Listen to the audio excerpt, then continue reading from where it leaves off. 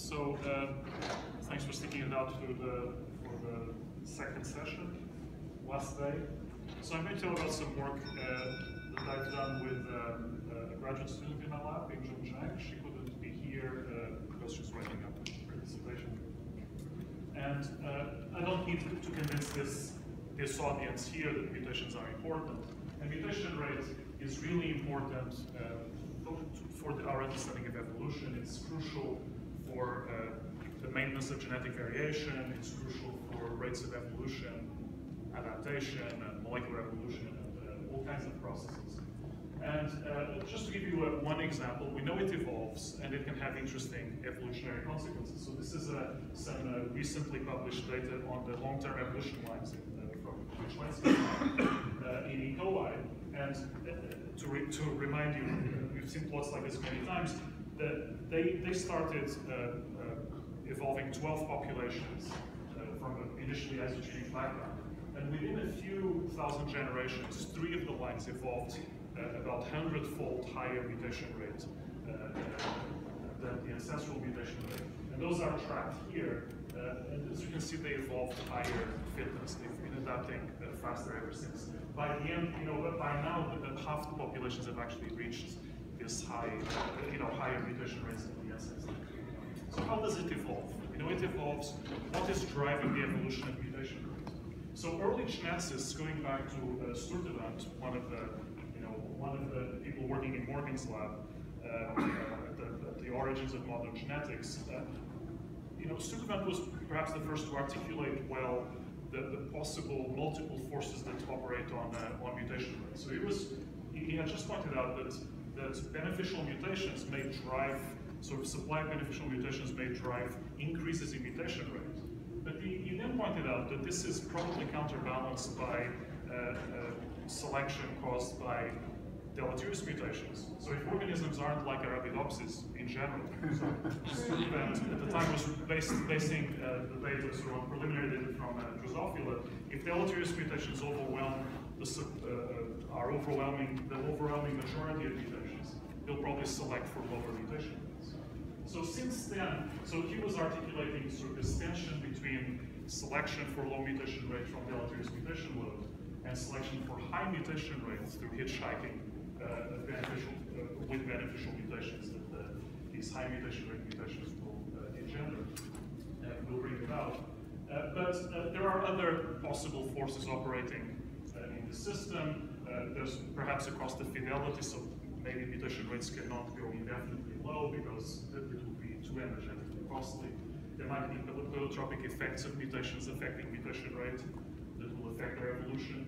For example, recently Mike Lynch has been arguing that genetic drift plays an important role in limiting the lowest mutation rate populations can achieve by limiting the power of selection to drive this. And today I'm going to try to convince you that there's sort of another force that is often implicit in models of evolution of mutation rate that has not been explicitly acknowledged, which is mutation bias.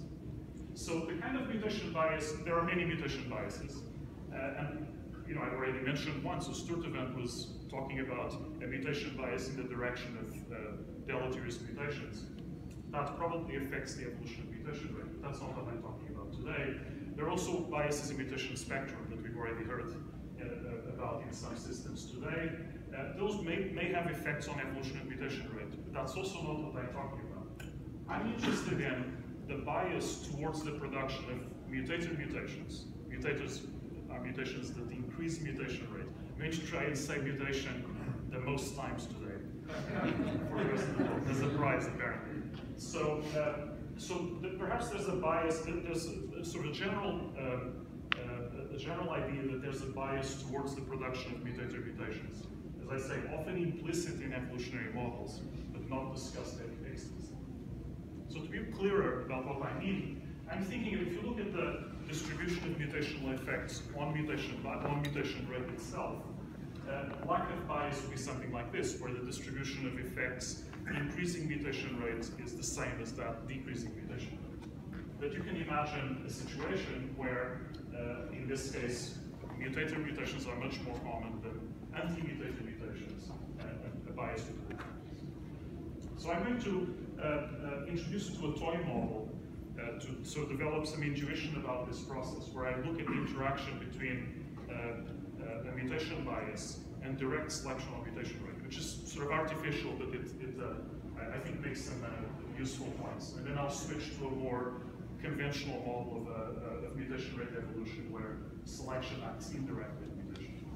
So the direct selection model makes a sort of very simple assumption. It just says that mutation rate, actually log mutation rate, for technical reasons we don't need to go into, log mutation rate is under direct selection, linear selection, with a gradient beta. There's no other selection acting on the system. And mutators and anti-mutators can affect the mutation rate directly, sort of additively. And their effects will be exponentially distributed, and the mutation bias I'll describe is in the proportion of these mutator and anti-mutator mutations. You can also deal with effect sizes of these, which I won't mention today, but they can be analyzed in the same framework, and there's nothing major there. And I'm going to consider finite populations. So analytically, one thing we've been able to do is to write a system of price equations, keeping track of the mean, the variance, and the third central moment, the skewness, not standardized. And there's sort of a coupled system because, for example, the variance in mutation rate takes as an input the mutation rate itself, so that all of these equations are coupled. And using the price equation formulation, we can break the changing these components into a mutation component and the selection component, which I'm here marking with a subscript S. And to give you a flavor for how this works, the selection part, so I've analyzed it in a sort of price equation, standard price equation, has a familiar form. So changes in the mean are the selection strength times the variance in the previous generation. There's some more terms that I've omitted, but there's this general form where changes in the variance require knowledge about the skewness, changes in the skewness require knowledge about the fourth central moment, or kurtosis. And notice that this is not a closed system, because I'm not keeping track of kurtosis within the system. The kurtosis has to come from outside, and I'll tell you what I do about that. For the mutation component, I'm not going to show you the equations, but we specify some PDF like this, a probability density function for the mutation effects, and then I create a mixture distribution by assuming that the log mutation rate is normally distributed. So to validate these results, I then use some stochastic simulations to show you that this model works. Some Wright-Fisher simulations with finite populations. And what I'm showing here are the results of some of these simulations where the points are means, mean trajectories for these different moments from the simulations. And the lines that go through these points are predictions from the system of price equations if I plug in the average response in the kurtosis from the simulations, averaged over 1,000 runs. So notice here in the variance there are 5 lines too. They're just all on top of each other, so the response is very, clear there. So what I'm showing here is an example where there's a 10-fold mutation bias, and then there are varying strengths of selection against high mutation rate. So as you can see, if there's no selection, the mutation bias drives the response. And then by adding selection against high mutation rates, the response gets weaker and weaker to the point where selection can overwhelm the mutation bias and reduce mutation rate in the long run. Notice that there's a treatment here where even selection isn't sufficient to reduce the mutation rate in the presence of this bias. And this isn't a genetic, this isn't a drift, it's not a finite population size effect. I don't have time to show you why. So flipping this around, if we take the same strength of selection we have here, but now vary the bias, you can see the bias has an effect too. So if you make the bias stronger, it will drive the evolutionary mutation rate upwards. If you make the bias weaker, then selection will override this bias and make the mutation rate decline. So one salient point in both of these sets of simulations is that the variance doesn't seem to be affected at all by the strength of selection or by the mutational bias.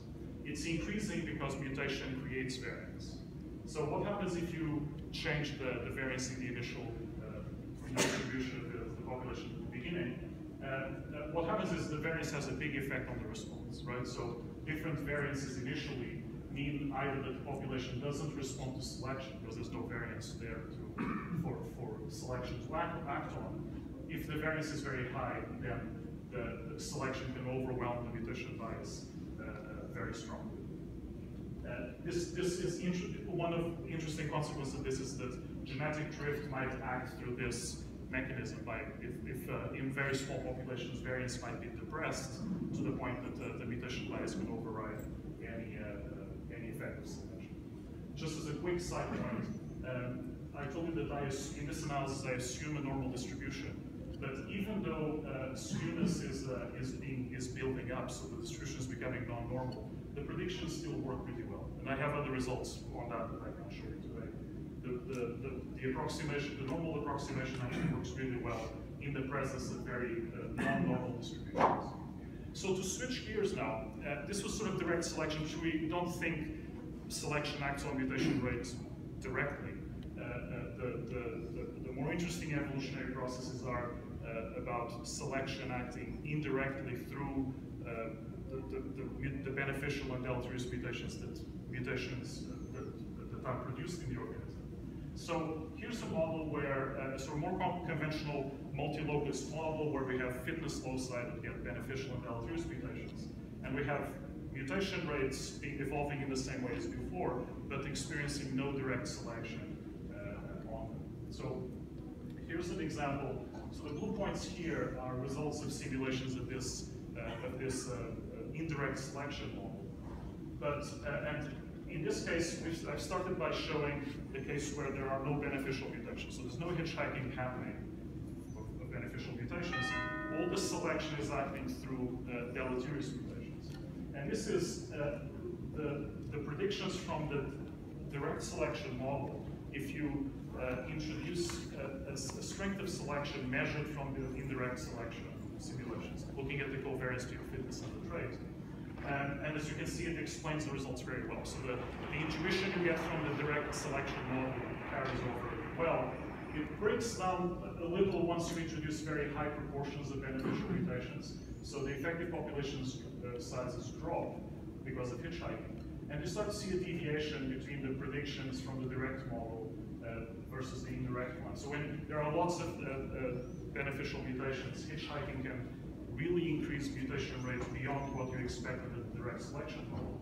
But this still highlights that although hitchhiking is having a big effect, it does so in the context of this bias that allows it to operate. Otherwise, mutation rate would just decline. So in conclusion, mutation biases can drive the evolution of mutation rates. And in the absence of the mutation bias, mutation hitchhiking may just not be sufficient to drive increases in mutation rate. And small population sizes reduce the ability of natural selection